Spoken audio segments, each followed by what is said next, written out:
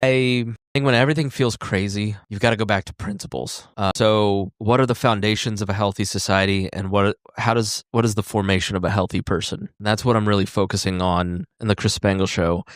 What does it mean to live an ordered life? There's a guy named Abraham Kuyper who is this amazing Christian in the late 1800s in Holland, and he's this Dutch reformer, Presbyterian minister, starts a college, professor, starts a newspaper, journalist, runs for office, becomes prime minister.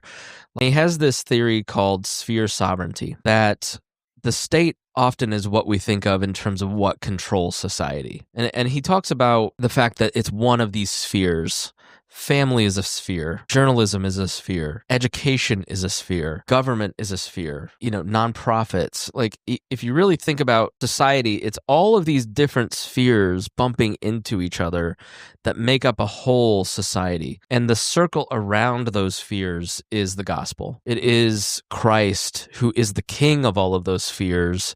And because he is king, not one of those spheres can be king. So, thinking about that, how does an individual create a formula for themselves to take these spheres that we have and pay attention to them?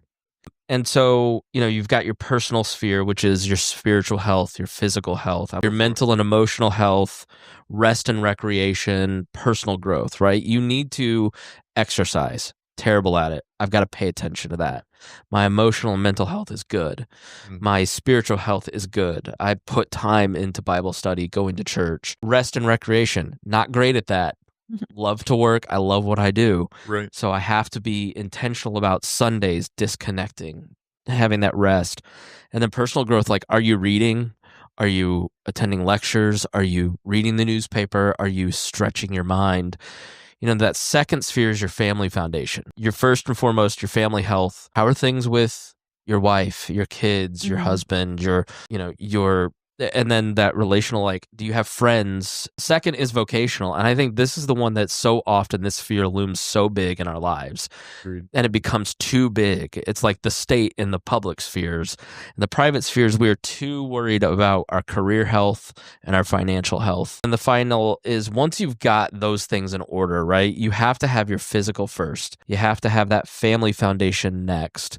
Then you have to have your vocational foundation, and then you can move into community engagement. And I tried to go right to community, neglected all the other spheres.